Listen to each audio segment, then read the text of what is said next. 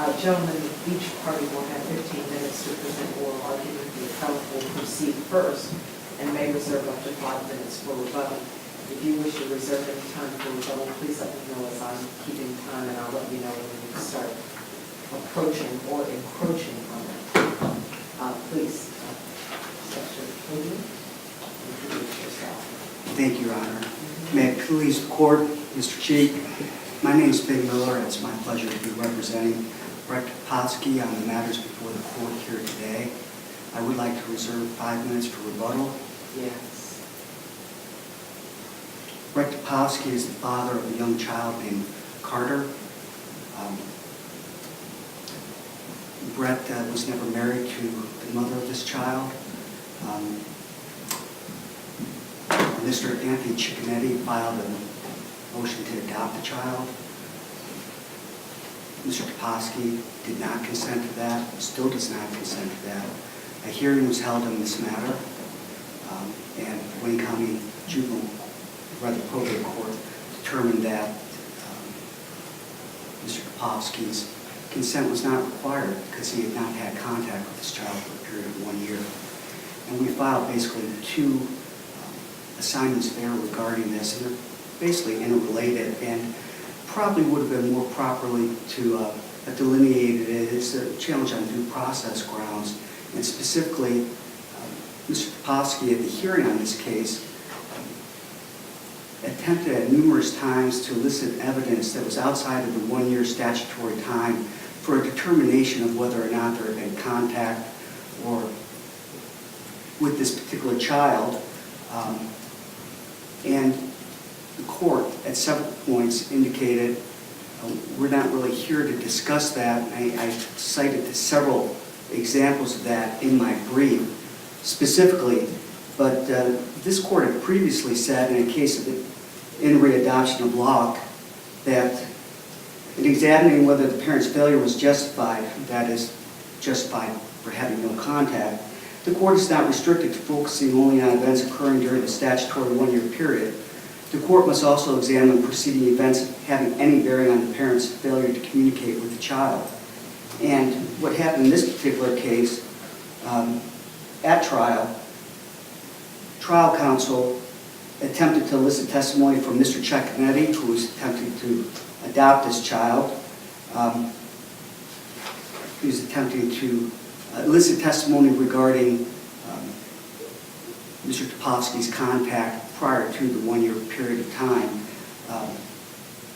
And counsel for Mr. Toposky argued at trial that this prior contact with Carter was relevant on the issue of justifiable cause, and the trial court stated that it would entertain such testimony as that he had a relationship prior to this date, that kind of thing in generalities, but I'm not concerned with specifics prior to July of 2013. And that's just not, in my opinion, I do not believe that's the 9th District's position. But was the contact an issue, or was it agreed to that Mr. Toposky had contact with Carter prior to the 1 year? I mean, was there a dispute as to whether or not he had contact with the child? I think there was a dispute that he had a relationship with this child prior to that 1 year period of time. As the court's aware, I'm sure they've read the briefs and reviewed the transcript. Something transpired on July 19, 2013. There was an incident regarding changing someone coming to pick up the child at Mr. Toposky's residence and what exactly happened there, whether or not currently Ms. Cicconetti had sent a friend to pick up this child. Mr. Toposky testified that this individual went into his house and took the child without his permission. Julie Keck, who was the person who picked up the child, indicated that in fact she had never gone into the house, that she had been asked by the mother to pick up the child, and that she opened up the door and scooped up the child and took the child home. But that is the point in time when there's no more contact, and there's no more contact because Ms. Cicconetti had sent a no trespass letter to both Mr. Toposky, Brett, and to his parents. And all of that information came in? Yes, that information did come in. Okay. So the court could determine from the testimony regarding the no trespass order whether or not your client's decision not to continue to have contact was justifiable, correct?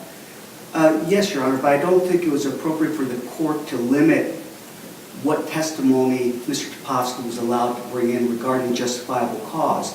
And being limited... Well, what else did you attempt to submit on the issue of justifiable cause? Your Honor, I was not counsel at the trial, but Mr. Topofsky did, in fact, through a number of witnesses, attempt to bring out his relationship, how communication between the parties occurred, the fact that Mr. Topofsky texted this individual to have contact with the child, that arrangements were made for his parents to help provide daycare for this child, things of that nature. And Mr. Topofsky was never allowed to expand on those things. The court limited them, and at several points says, you know, we're really only concerned about this 1 year period. And I think the court was minimizing the fact that there had been a relationship in this case up until July 19, 2013. An incident happened, whoever was at fault for that, contact stopped. Ms. Cicconetti specifically filed a no trespass letter, and in my brief, Mr. Chief pointed this out, I referred to it at points as a no contact letter. It was a no trespass letter. That letter is before the court. It's in the evidence, I believe, and was specifically referred to not contacting her, and that's probably why I use that term inappropriately. But Brett had a fundamental right to parent his child, and if the court is going to determine that his consent to adoption is not necessary, I think it has to afford Brett every opportunity, procedurally and substantively, to fully present his case. And I think that Mr. Topofsky's brief goes over several people who were limited in their testimony. There was testimony from Shannon indicating that she didn't want to have any more contact with Brett, that she didn't want to have to deal with Brett's parents regarding the kids. She specifically filed something that indicated that if you attempt to contact me, I'm going to attempt to initiate legal proceedings against you. That was all to discourage him from exercising contact with his child. Things that had been going on from the time of this child's birth until July 19, 2013. And the court did not believe it was relevant about the fact that there was a significant relationship prior to that time, and that the reason that it was terminated was due, at least in part, to the mother's actions in this case, and was done specifically because she didn't want to deal with Brett or her parents, to have or encourage a relationship with this child. Once that 1 year period of time was over from July 19th, I believe 2 days later, Anthony filed his petition in this case. I understood her testimony at trial, even though it sounds like it was very brief, as to the no trespass order, to be that she didn't want to have to deal with the child's father. Not that she didn't want the child's father to have any contact with the child. I think you pointed out the quote in your brief. Yes. And she did say that, Your Honor, but I think as a practical matter, the age of this child was the only way you can arrange visitation with a child this young is through the other parent. Well, and the opposing counsel points out that there are some other things that can be done legally, such as seeking visitation order, going through the local, agency.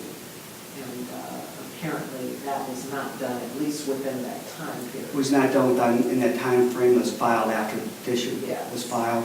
And there's discussions as throughout the brief of what actions maybe that Brett in a perfect world should have taken. But on the other hand, does the other parent who is intentionally trying to limit contact get the benefit of saying this other parent doesn't need to consent anymore because a year's gone by and he hasn't filed something in court? Because essentially that's what's happening here. Well, the legislature has really drawn a line in the sand and said not so much that the other parent hasn't filed anything in court, but that the other parent hasn't had any contact. Yes, So if there is. without justifiable cause. Without justifiable cause. And the issue, looking at the transcript and the number of times where Mr. Topofsky, through counsel, attempted to elicit testimony regarding the care of Carter, how visitation was arranged, the relationship that Brett had with that child, the relationship the child had with his other sibling, half-sibling Christian, his relationship with his grandparents, that was all limited, and we believe that was inappropriately limited because this court has previously said that matters other than that occur outside of that 1-year statutory period is relevant for purposes of determining whether or not there is justifiable cause. And obviously, the standard is not, the burden is not on Mr. Topofsky to demonstrate to the same degree, I think, as the party who is seeking to show that no consent is necessary for an adoption.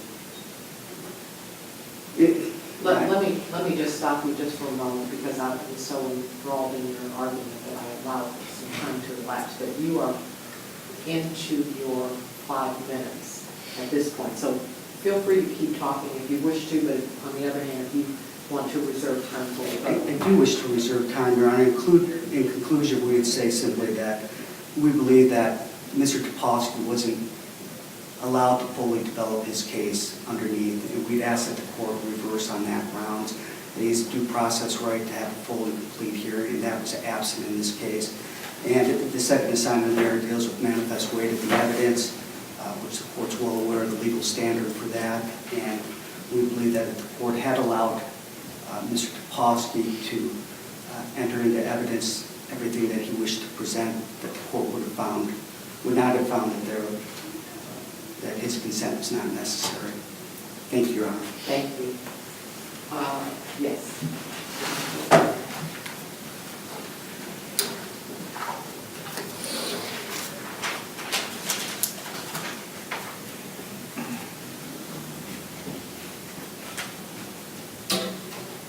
Good afternoon. May it please the court, opposing counsel. My name is Todd Cheek. I represent the petitioner in this adoption case, whose name is Anthony Cicconetti. Anthony is the stepfather of the child. Anthony is married to the child's mother, Shannon Cicconetti. Ultimately, on behalf of Mr. Cicconetti, I'm asking the court to affirm the lower court's decision. I first want to address both assignments of error. It seems the focus has been more on the evidence admitted and allowed to be admitted than the justifiable cause, although they're sort of intertwined. First, focusing on the complaint of Mr. Topofsky that he didn't get to fully develop this case. I would disagree. In fact, he was able to get into evidence what I'm hearing he wanted to get in. If I may back up a little bit, opposing counsel is relying upon the Locke decision. The Locke decision talks about a father's desire to admit evidence of the mother's effort to prohibit his contact, even before the 1 year immediately preceding the filing of the petition. And so in that case, Locke, not this one, but in Locke, the mother had admitted to throwing away the father's letters that were sent. She admitted to returning to the father unopened the letters he had sent to the children. That father may have even been in prison, but that might not be correct. So I think this case that we're here for is quite a bit different than Locke. Locke was about a mom stymieing dad's ability to see the kid, and therefore that was the dad's argument as to why he was justified in not seeing the child, because he's saying it's not my fault, it's mom's fault. This case is really the opposite. And what had happened and what the court seemed to accept as fact from the quotations opposing counsel cited from Judge Wiles is it doesn't seem to be any dispute that the dad had contact with the child leading up to that 1 year mark, which happened to be, there was an incident with the police involved and such, an alleged trespass with someone else, not even the mother, but the mother's friend upon Mr. Topovsky's house. So the evidence that came in was Mr. Topovsky had a relationship with the child up until the point of this incident that was 1 year before the petition. His parents had a relationship with this child. There was never a question to Mr. Topovsky, did Shannon, or who was the mother, or the stepfather, Mr. Cicconetti, did they do anything to prevent you from seeing the child for that, before July 2013? He was never even asked that question. And the things he was trying to get in was, as opposing counsel stated, the relationship he had with the child, that communication had occurred previously, that Mr. Topovsky's parents provided daycare. So I think Cannot that also speak to the manner in which communication or time with the child occurred? And when mom says, don't contact me, he wants to say, well, if I can't contact mom, how do I be in contact with the child? Do you understand the question? I mean, can't some of that about prior to a year not be about whether or not he had contact, but more about whether or not he was justified in not having contact when he could no longer approach mother to get that contact? I'm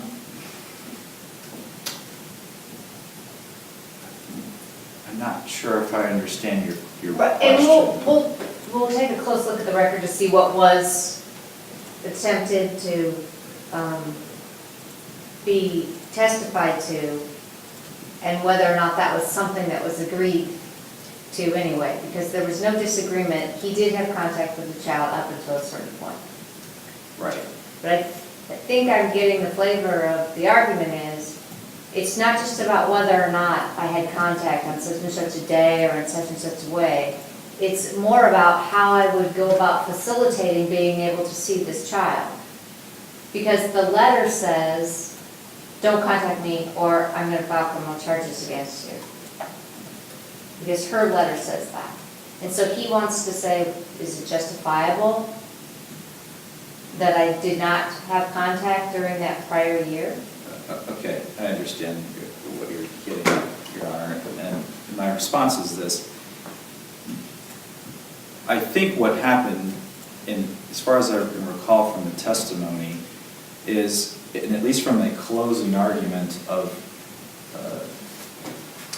Mr. Topovsky's prior counsel, it speaks to, I'm not going to try and find it right now, but it speaks to him having prior concerns with criminal charges before. I'm not trying to disparage him by mentioning this, but he took his prior experience, and with that, he testifies that he took to heart this no trespass letter that he received, that he respected that, and in so respecting that, he thought to himself, well, I can't contact the mom anymore, so I'm going to respect that. I think that's what you're getting at, Yeah. Your Honor. And I think that has to do with the 1 year immediately preceding the filing of the petition. And I don't, and so part of my response is, I don't think Mr. Topolsky was ever prohibited from talking about that period of time. And it's during that period of time when the no trespass letter was issued. There was a no trespass letter. It's not filed, just to be clear, it's not filed with anything. It's not an order. It's just a letter. Please leave me alone. As you may all be aware, you may still file at the court a motion for visitation. Mr. Topolsky evidently knew that because he did consult with, at least on 2 occasions, an attorney in Wayne County, Attorney Binion, who you may know does this sort of work, but nothing had been filed before the petition. The timeliness of when he met with this attorney, whether it was before or after the petition was filed, I don't think necessarily matters, but it was in this period of time that you're pointing out, Your Honor, that he didn't think he was allowed to contact her, and he may be thinking, well, how do I get visitation then? And to that, I responded, he could have gone to get a lawyer, he could have filed a visitation motion pro se. He could have contacted Mr. Cicconetti, the step-parent, the stepdad, with whom Mr. Topolsky acknowledged having a good relationship. So the whole argument about justifiable cause, in my client's perspective, just doesn't hold water. I cited a case, albeit from the 5th District. It talks about a father who's saying, I have justifiable cause because there was a civil protection order, a domestic violence civil protection order with children who were protected parties, the same children who were the subject of the adoption case. And even then, the 5th District was not persuaded, nor was the trial court in that case either, that was even justifiable cause. The way I read this whole body of this decision from Inlay Quarrel and the statute itself, it seems to be speaking like the bio dad who is trying to say that I have justifiable cause has to show more or less that it's through no fault of his own. There wasn't anything that he could do about it. And Mr. Topolsky could have done something about it.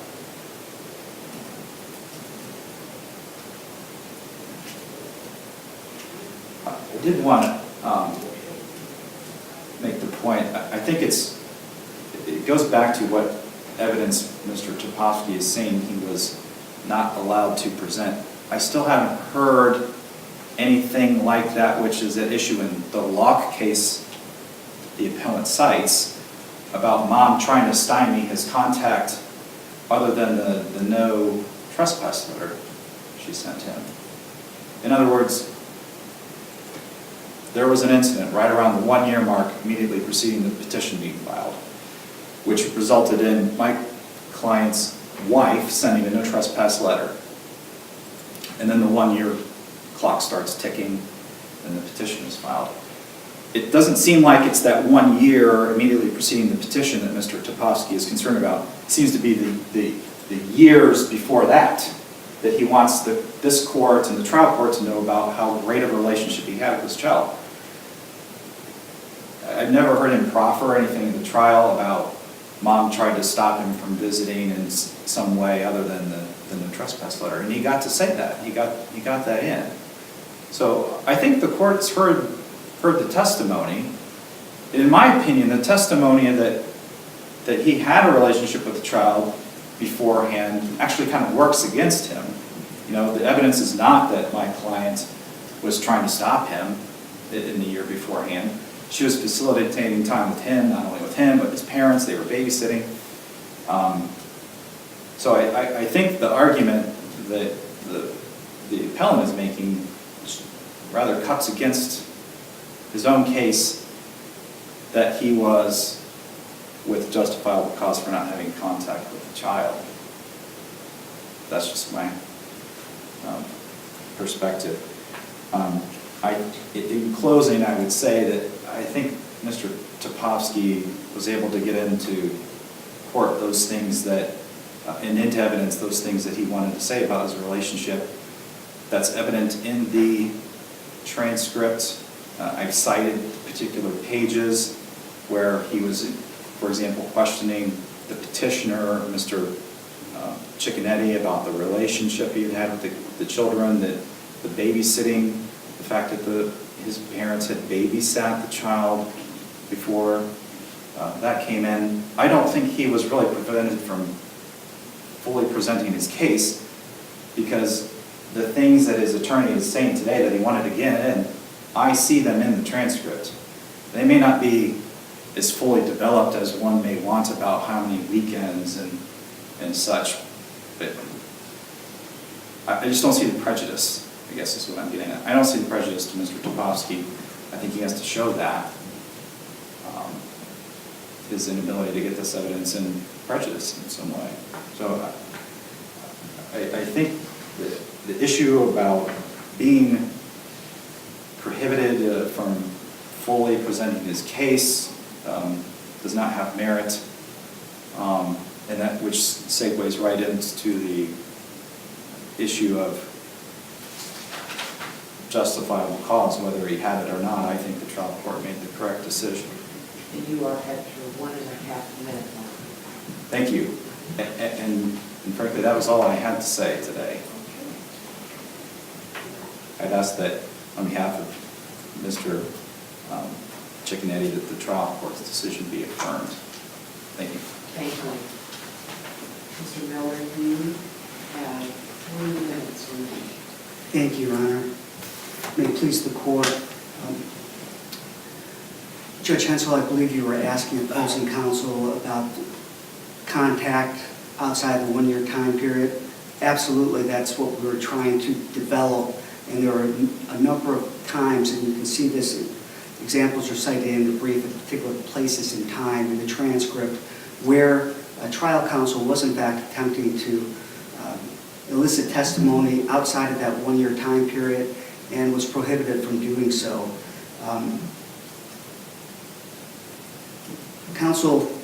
Opposing counsel also indicates that he does not believe Lauk is really applicable to this case, and it absolutely is applicable because it stands for the proposition that when the court is looking at justifiable cause for lack of contact or no contact, that it can look outside of that 1-year period of time that the no contact occurs in.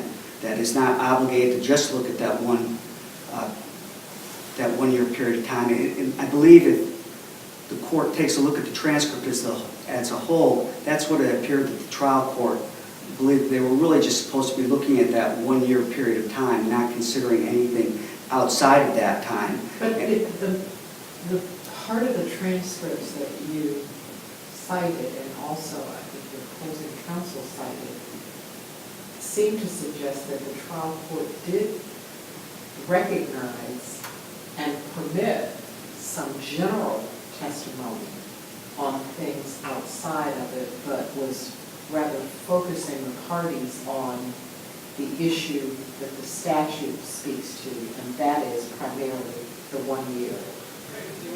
I don't believe that that's how the statute reads, Your Honor. If you look at the statute specifically, it talks about no contact for a period of 1 year, and then without justifiable cause, which is a different clause altogether, and there's no 1-year limitation on that.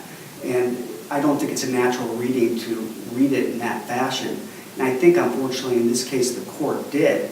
And while it did allow general testimony, it didn't allow specifically to get into, okay, how was communication beforehand? What, if any, problems there were during the period of time? We do know that whatever those problems were, Brett was able to maintain a relationship up until this incident occurred July 19th, and shortly thereafter, the no trespass letters were issued. Will we And I not dis- find any proper, Pardon? will we find in the record any proper of when the courts said, look, I want you to focus on this 1 year? Will we find any proper in the record that says, Your Honor, we would proffer this testimony on the basis of the communication?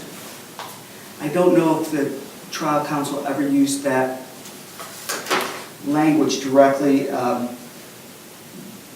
I believe trial counsel did in fact indicate that the testimony was relevant to justification for no contact. I know transcript at page 149. But we'll look at it, Correct. and you have reached the end of your time. Well, thank you very much for your time. So, We had thank asked you the both. court. Yes, thank you both for your presentations. The court will take the matter under advisement. We will issue an opinion which will be sent to both sides, and certainly check the Supreme Court website and our website as we post our decisions there. Thank you for coming up from Warren County. Have a good day. Bye.